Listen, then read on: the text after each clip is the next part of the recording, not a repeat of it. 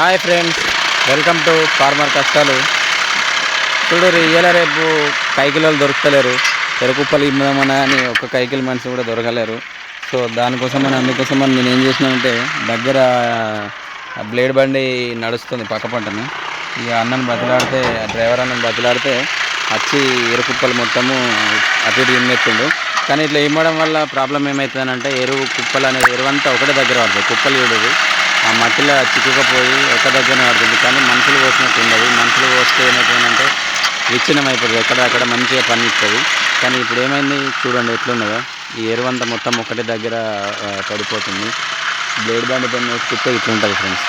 ఏం చేద్దాం, ఫార్మర్ కష్టాలంటే ఇట్లుంటుంది. ఒక్క కాకిలి మనిషి కూడా ఊళ్ళో దొరకలేరు. దానివల్ల చాలా ఇబ్బంది అవుతుంది.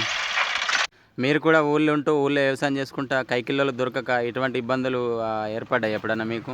ఏర్పడినట్టయితే like and comment and share చేయండి ఫ్రెండ్స్. బాయ్.